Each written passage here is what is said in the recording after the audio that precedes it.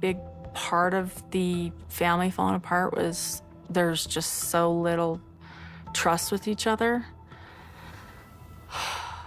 Hey everyone, welcome to the show. Press the subscribe button and thumbs up on this video. Sister Wives star Maddie Brown Brush has made the choice, after Garrison's passing, to reach out to Robyn Brown's children. Robyn has separated her 5 children from the others, such as dividing their holiday group chat. What is Maddie referring to reconciling? To find out more, keep reading. Robyn's children are spoken to by Maddie Brown. Kody Brown has confirmed that he is staying with Robyn Brown, his 4th wife, and her 5 children since the 2020 pandemic. He had 3 wives and 13 other children, though he had a lot of issues with them. He did not believe that Christine Brown, Wooly, and Janelle were being responsible or safe. Furthermore, Kody believed that his children were putting their lives and safety at risk. The viewers of Sister Wives knew that he had a special fondness for Robyn, but he still called her his submissive wife. His discontentment among kids created a permanent division in the family. When Kody's first 3 wives deserted him along with the Poly family, Robyn and he were only left behind. It has been quite unlucky that Robyn's 5 have been cut off from the OG 13. The time they spent together as a family was gone. They were all blessed with the opportunity to gather and bury Garrison, Janelle, and Kody's son in Wyoming. Maddie then met her brother and Leon Brown, Mary Brown's lost son. Maddie informed them during their discussion that she wanted to reconnect with Robyn's children. She started out by telling me how furious she was at their father Kody, even going as far as referring to the sister wife star by his first name instead of dad. I'm furious about what went down with Kody, yet I still have a bit of control over how I react and how I react back, so I'm still working that out. Maddie continued saying that she was sad about her father and his 5 kids with Robyn. She continued saying that she would like to talk to Kody and the kids of Robyn. I don't have anything against you, I would tell them that, and I'm sorry if I've ever offended you. Will there be a reconciliation? Maddie Brown Brush has appeared to have succeeded in keeping her father and his wife at bay from their children. She does not like the space and knows that they are her siblings. Sister Wives mourned Garrison Brown, who took his life in March 2024. For the previous 3 episodes, even though they were not on speaking terms, everyone came to say goodbye to him.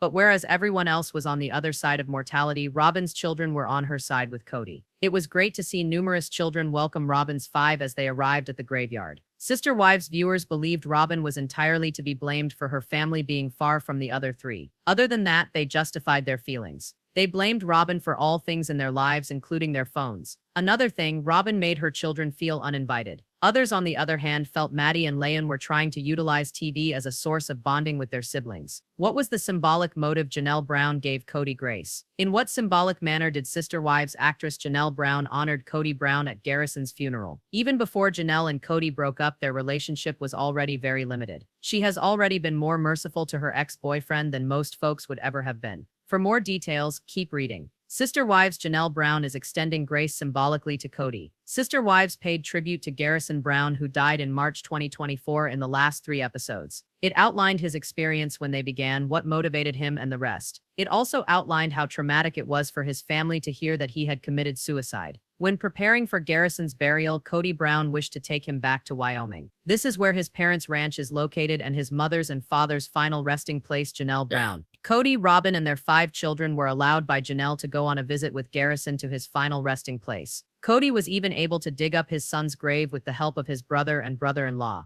Kody sat at the brim of the grave when the family gathered at the funeral. Janelle held the urn in front of him, though he would be burying it when that she presented it to him and said that only proper was so, since Janelle had offered their child to Kody at birth, she gave him off in death. So it was a full circle moment to have the parents reference Janelle Brown allowing Kody to dig up Garrison's grave. One of the fans of the Sister Wives posted, "But I did find it interesting that Janelle used poetic and symbolic language when she did say that Kody could dig the hole rather than bringing him home or speaking more kindly. She knew that Garrison had a huge need for the love of Kody, but now it was too late."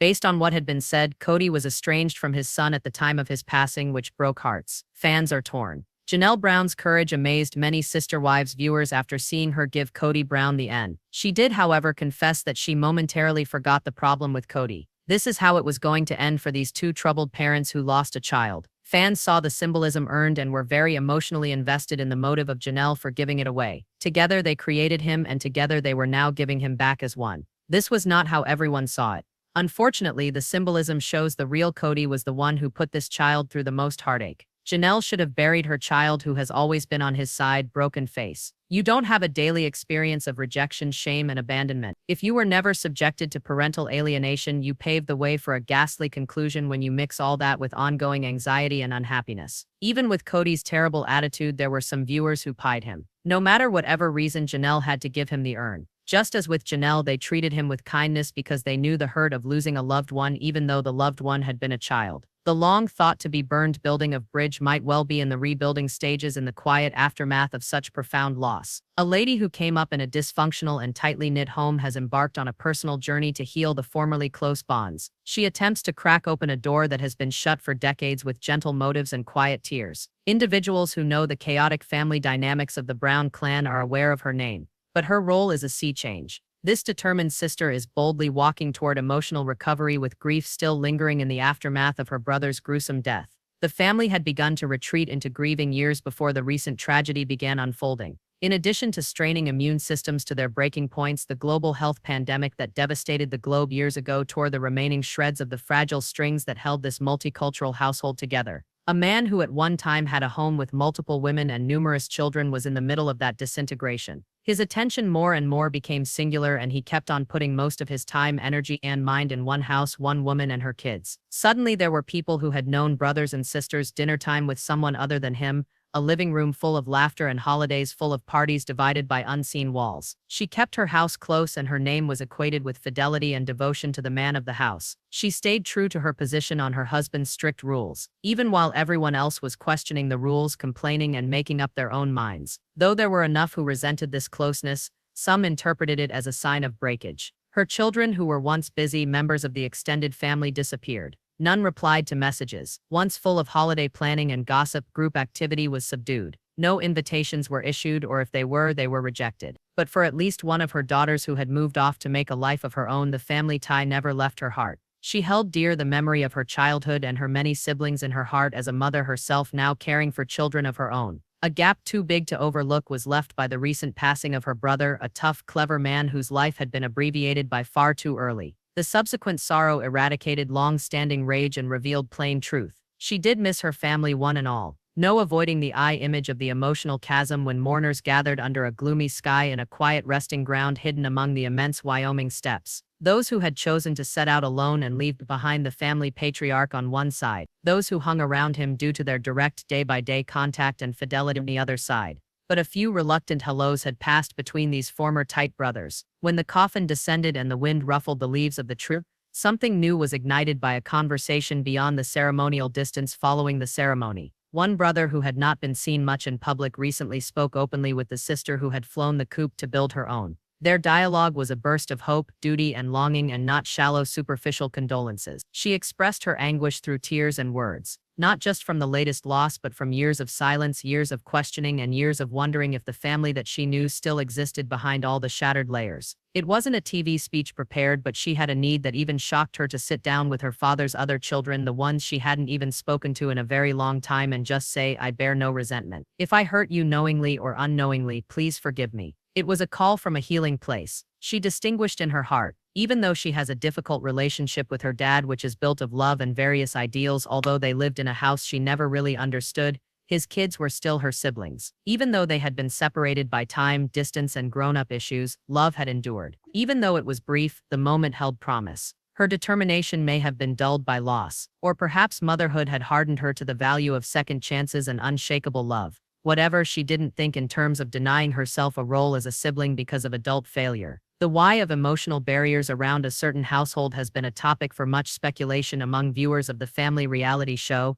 The majority believed the matriarch of that clan was a gatekeeper between her children and the rest of the clan, since she was loyal to the patriarch's code of laws. Critics argue that she had such domination of her children's life that they had no autonomy. Rumor had it that digital communication was discouraged or censored. Treason was it to communicate with others outside her inner close circle. But they are hypotheses.